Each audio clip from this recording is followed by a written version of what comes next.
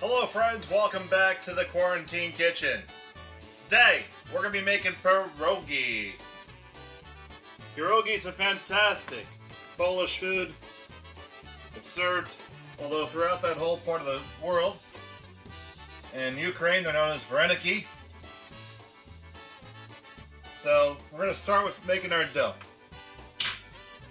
I have a cup and a half of flour here. Gonna make a little well in the middle.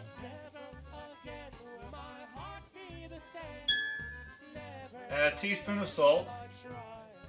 Put that into where my dry is. Gonna put in a third of a cup of water. 1 egg.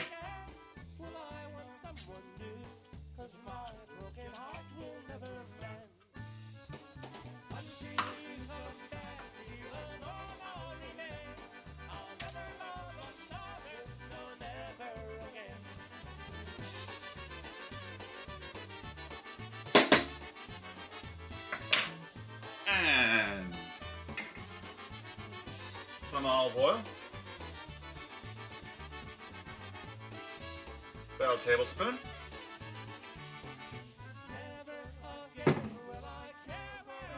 Right here on the counter, we're going to start by beating that egg right in the middle.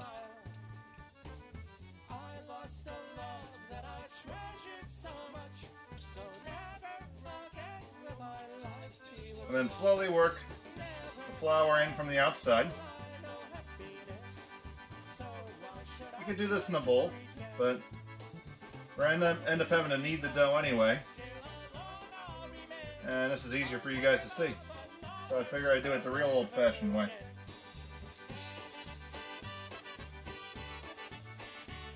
Just bring some more in from the outside.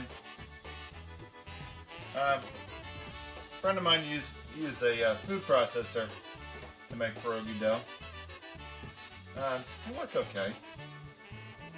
Whatever you do to feel comfortable with it, but you'll see that as you bring more flour in, it's just like when we were making pasta. And that video's, I think, episode 4. It eventually gets to the point where you can just get in there. So you have some very clean hands.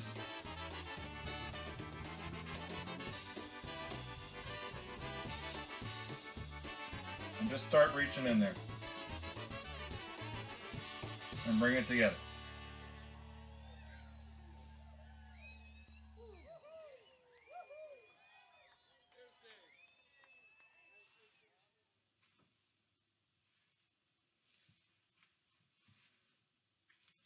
And slowly but surely, it's going to start to look like a dough.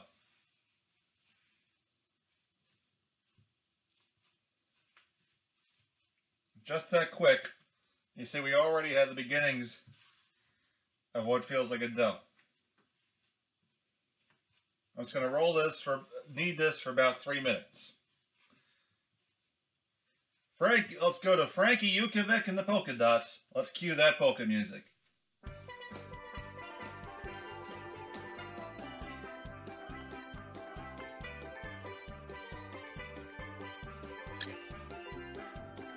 It's been about 3 minutes.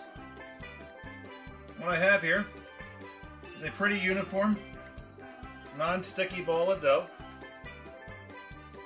Now, all that kneading has worked up all the gluten in it, and we're going to want to roll this out. So, I'm just going to take this little cutting board I have, but a plate's fine, whatever you got.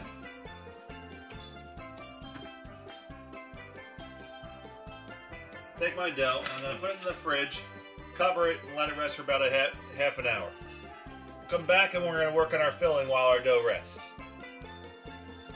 Alright, we're going to make 2 different types of pierogies today. They're both going to have some potato in it. One's going to be a potato and cheese, which is what most people are familiar with. The other's going to be potato and Irish kraut, or the sauerkraut that we made the other day. All utilizing leftovers here. Now here we have some of our parsley potatoes from yesterday. I resisted the urge to make home fries out of them. I warmed them up just a little bit so they'd be a little bit easier for me to work with this morning. And I still have all that wonderful butter in them. And I'm leaving the parsley in. I think it's going to taste just as good inside the pierogi as it would outside of it. I'm just going to go through and mash these up.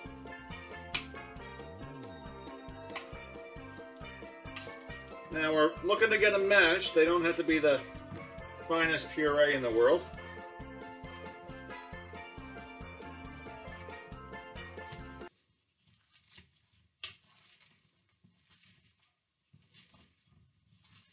Alright, and as you're mashing them,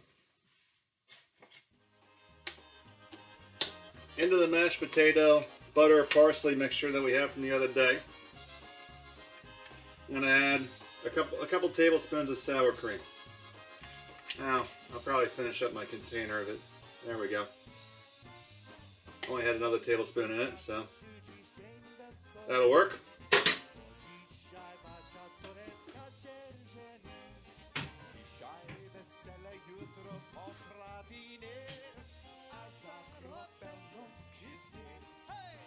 Gonna work that in. That's gonna serve to smooth it out.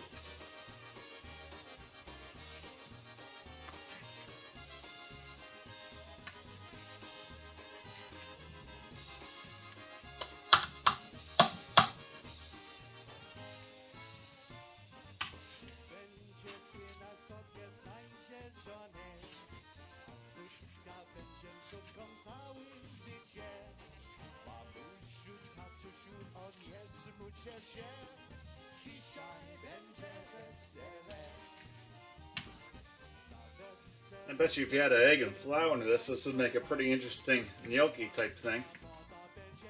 Maybe we'll try that. Alright, so we have our consistency. It's mashed, but it still has some, character. And for our first filling, I want to make potato and sauerkraut. So I'm going to use our Bayerischkraut, which is our Bavarian sauerkraut that we made the other day. I don't want any of the juice.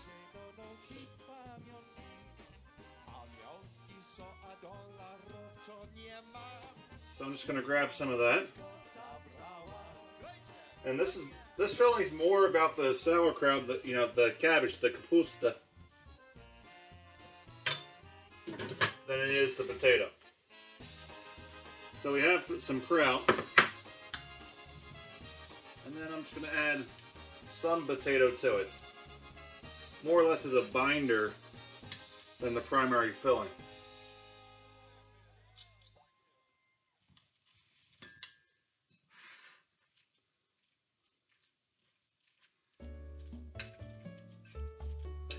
I'm just going to mix and combine that together.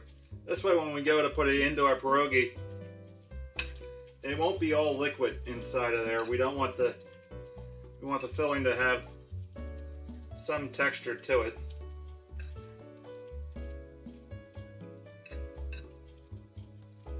Alright, so that's going to be our kapusta, our cabbage filling.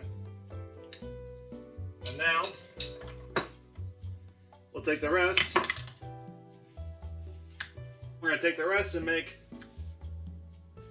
the more familiar potato and cheese filling. A lot of different cheeses you could use. Traditionally, they'd be used what people would refer to as pot cheese or farmer's cheese. The Pennsylvania Dutch refer to it, as pot cheese. I can get that around here at different Amish markets. Pennsylvania Dutch having nothing to do with being from the Netherlands. It's more Pennsylvania German. It's mispronounced for Deutschland. But I have about 3 ounces of cheddar cheese, which I'm going to grate into this. You See, you use a grater like this, it really looks like a lot when it's not necessarily quite as much.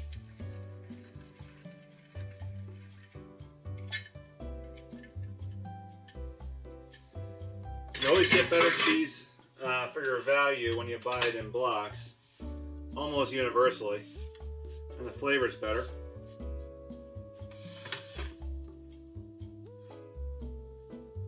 And cheese that you're gonna end up grating and stuff like that, it's actually okay to freeze it.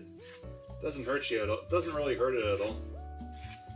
So if you see something that's, you know, close to that sell-by date, you can grab it, throw it in the freezer, and use it just for something like this. And you see our mixture is going to be really tight. And we're just going to fold that together. And then once our dough rests, I'll show you how we make the pierogi. We'll be back.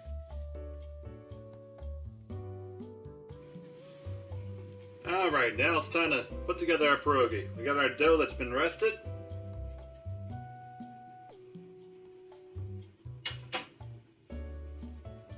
Put some flour on each side. We're just going to roll this out thin. I really started to enjoy this handleless rolling pin. I got it from the company that has absolutely everything on the internet, and we'll bring it right to you.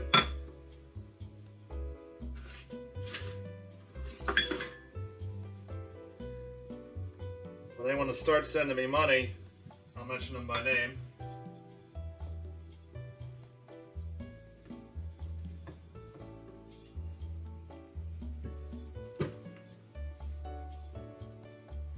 And the first thing I realized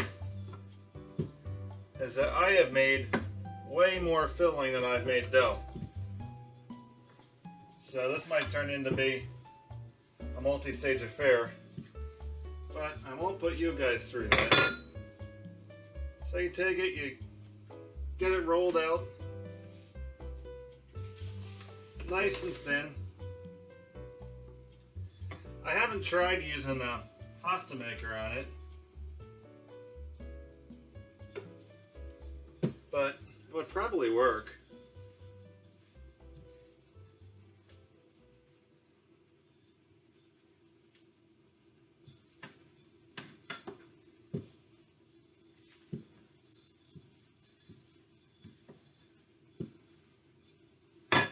Alright, so now you're just going to take your cutter. Conveniently, I'm going to use a pint glass. And just get in there and cut out as many rounds as you can. Now, also you could have one of these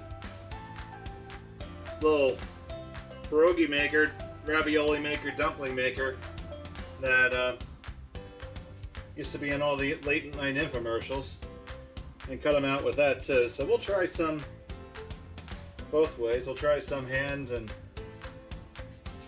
try some using the fancy schmancy machine.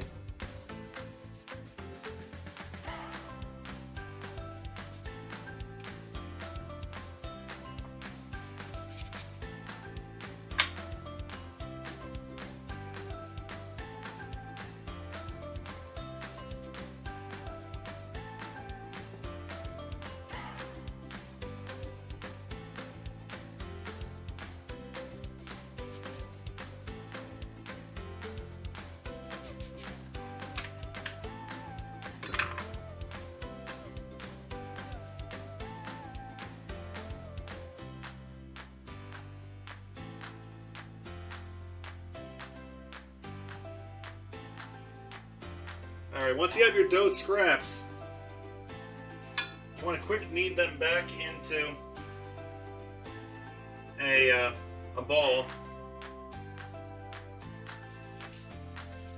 Then wrap them in plastic and put it in the fridge and let it rest while you're doing the filling.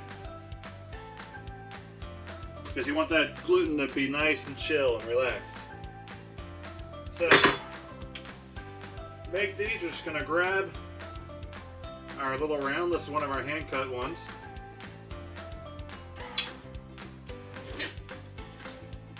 grab a spoonful of our filling. You clunk it right in there.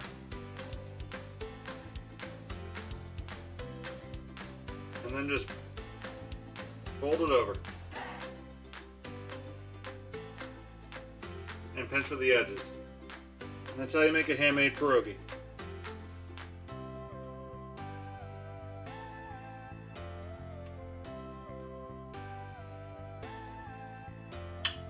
You just grab it, fold it over, and pinch those sides.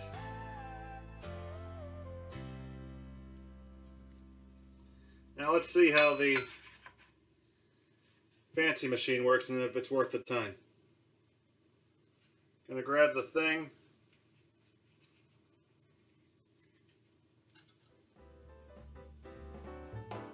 Grab some filling, put it in the middle. Fold the deal over. Give it a squeeze.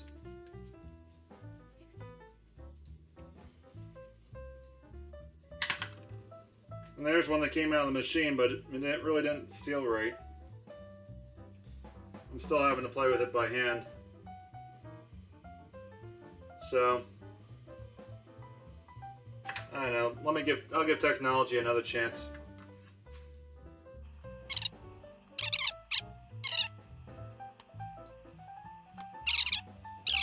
It's better than the machine.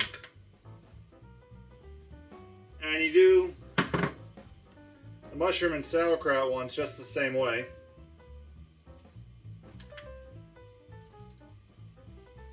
Just put a different filling in.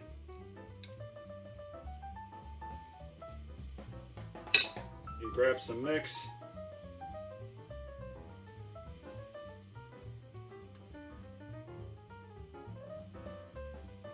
Yeah, I think these are far easier to make by hand.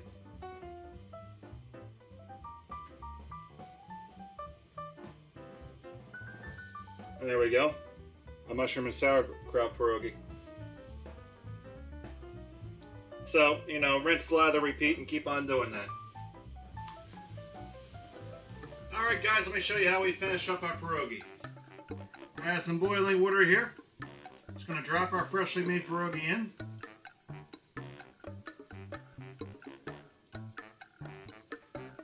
Now this is a step that you have to do regardless of whether you're going to eat them right away or if you're going to freeze them.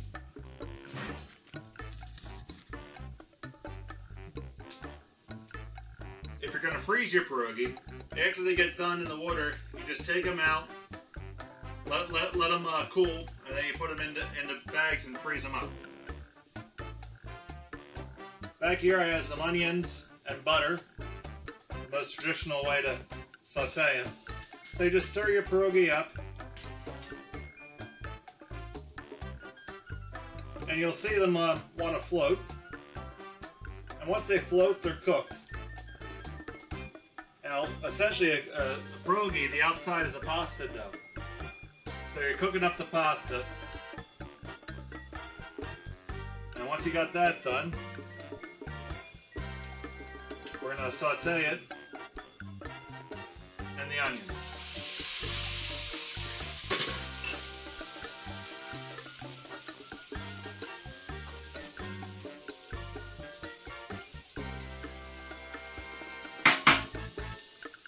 Now we have just some butter and some onion here.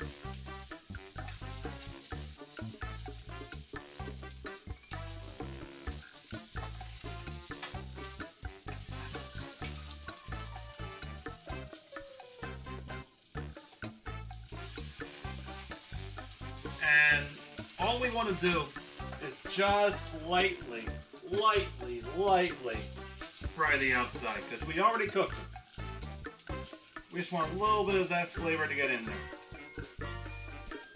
The worst thing you could do is to overcook it at this point and destroy the delicacy of the pasta. And I heard that in some courts in Poland, if you deep fry a pierogi, they don't even take you to trial. They just take you out back and you're shot at sunrise. Alright, so that's it. Our pierogi is done. Spray it up. gonna put them right onto our plate.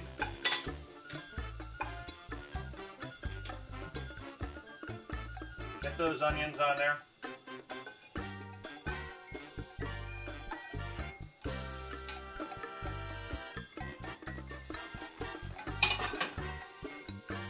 And there you go. There are 2 types of homemade pierogi. Thanks for watching. I hope you enjoy.